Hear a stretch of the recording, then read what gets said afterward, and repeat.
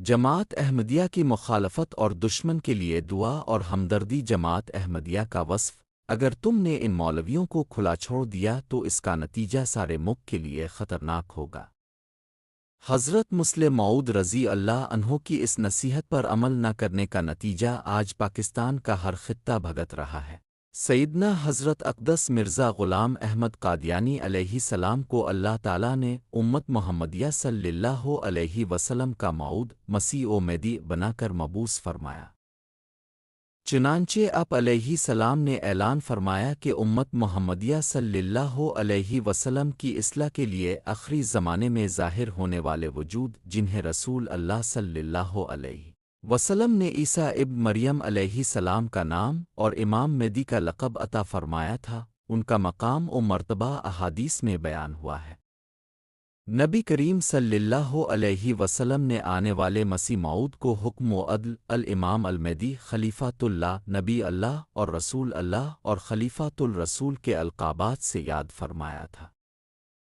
حضرت مرزا غلام احمد قادیانی علیہ السلام انہی پیش خبریوں کے مطابق اللہ تعالیٰ کی طرف سے مسیح موعود اور مسیح عیسیٰ علیہ السلام کے طور پر مبعوث ہوئے، اور آپ علیہ السلام نے اللہ تعالیٰ سے الہام پا کر یہ دعویٰ فرمایا تھا کہ میں وہی مسیح اور مہدی ہوں جس کے ہاتھ پر بالآخر عیسائیت کے باطل عقائد کو شکست ہوگی اور اسلام کو تمام ادیان پر غلبہ نصیب ہوگا۔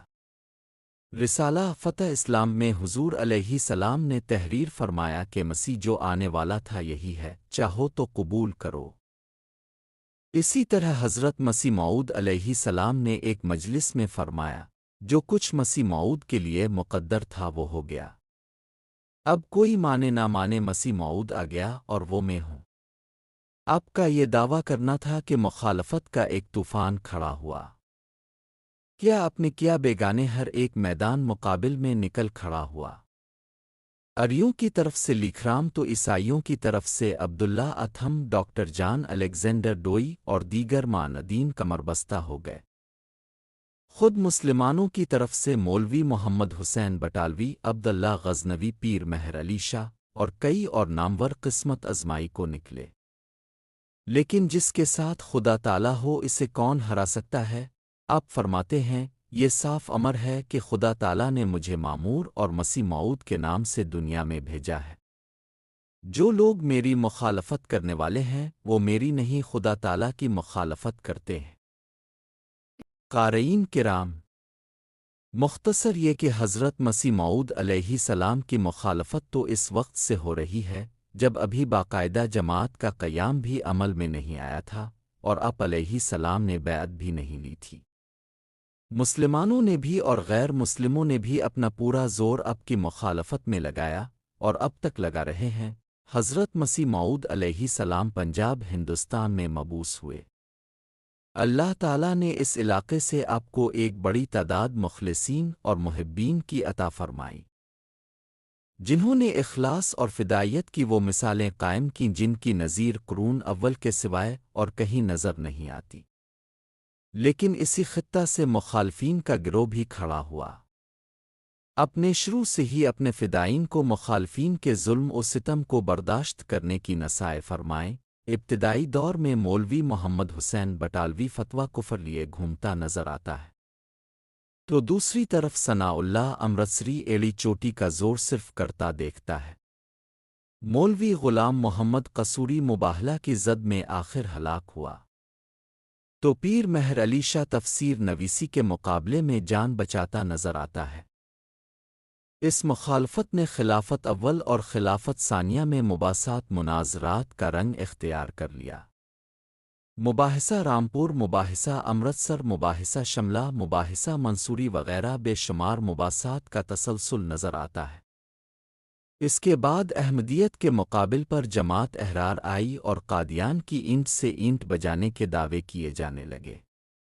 میں نعرۃ المسیح کو شہید کرنے کے منصوبے تیار کیے گئے، لیکن حضرت مسلم موعود رضی اللہ عنہ نے الہی منشا کے مطابق تحریک جدید کے ذریعے اس مخالفت کو ختم کر دیا، اور احمدیہ مسلم جماعت ساری دنیا میں اسلام احمدیت کے پیغام میں مصروف عمل ہو گئی۔ 14 اگست 1947 کو ایک نئی مملکت اسلامیہ پاکستان کا وجود عمل میں آیا۔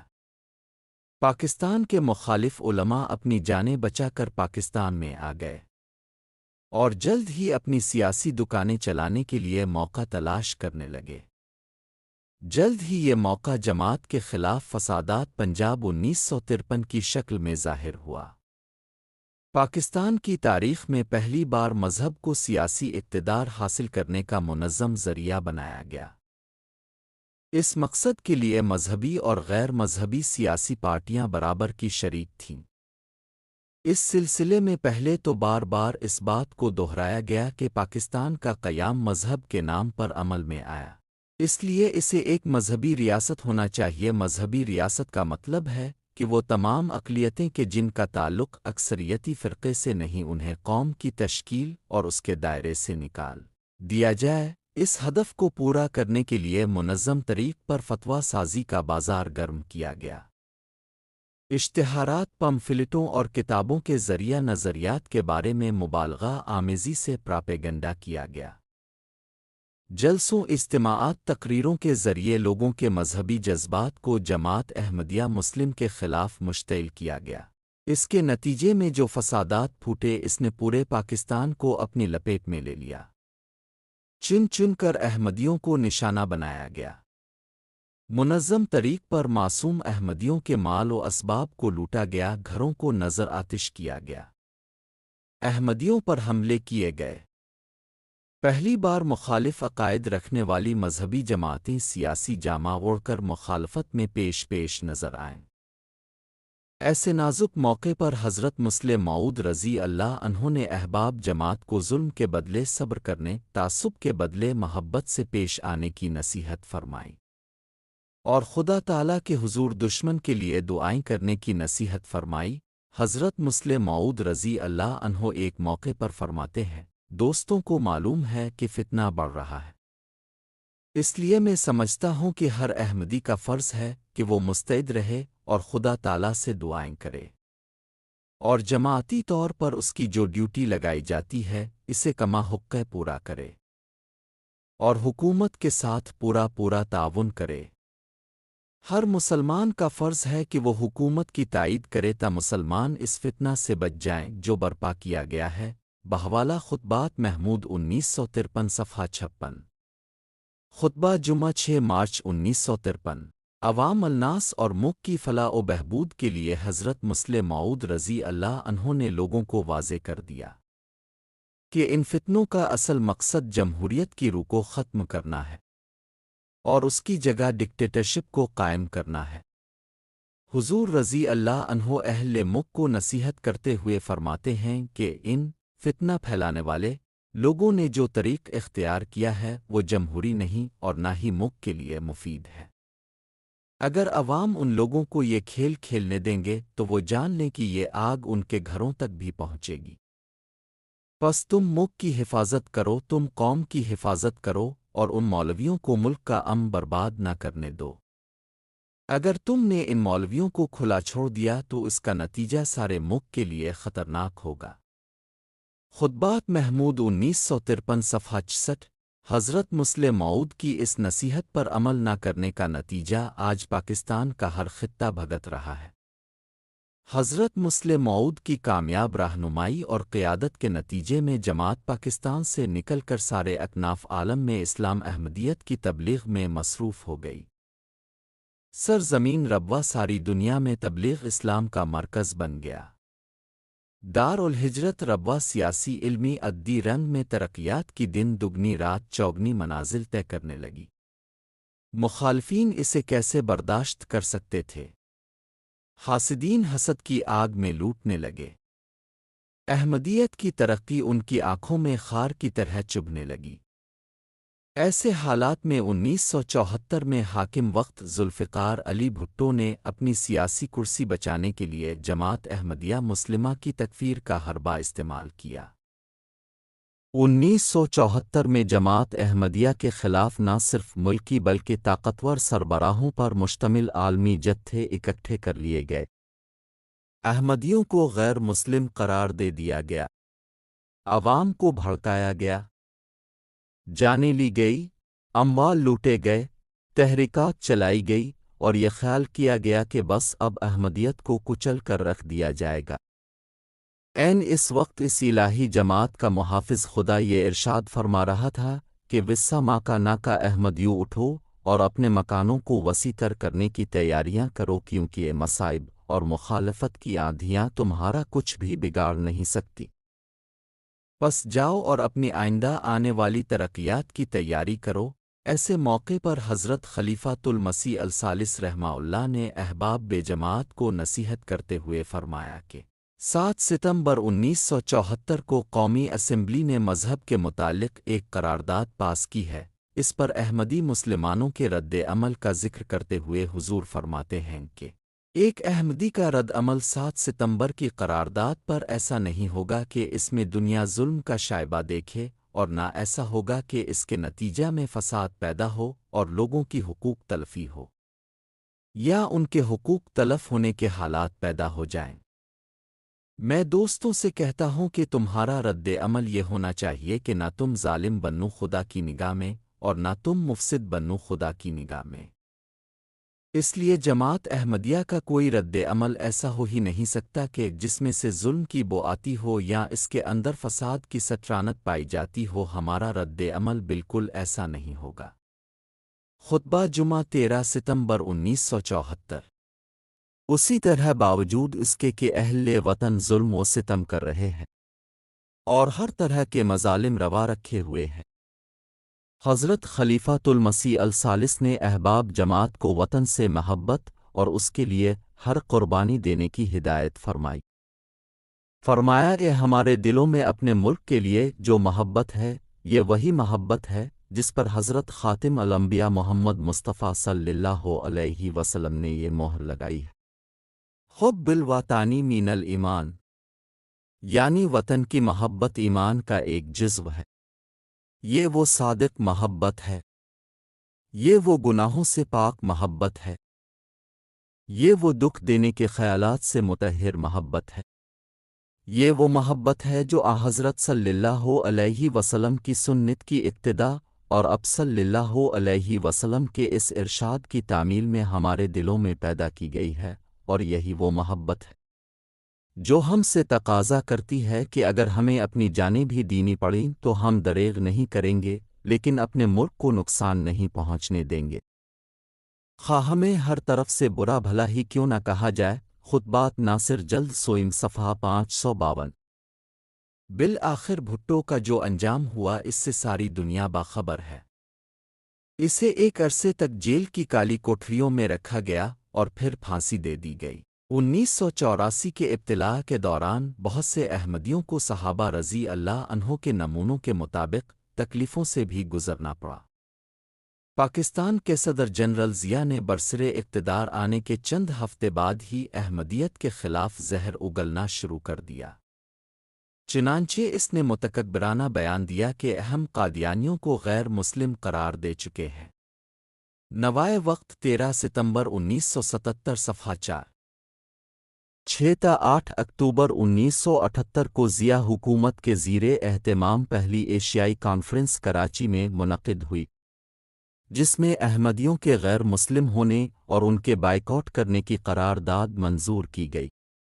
مطبوعہ رپورٹ کانفرنس صفحہ 69 تا 71۔ 24 مارچ 1981 کو جنرل ضیاء نے عبوری آئین کے لیے ایک نئی شق کا اضافہ کر کے وضاحت کی کہ قادیانی غیر مسلم ہیں۔ 30 مئی 1981 کو ضیاء حکومت نے تفسیر صغیر کو ضبط کر لیا، جس کے بعد مخالف احمدیت سرگرمیوں میں اضافہ ہو گیا۔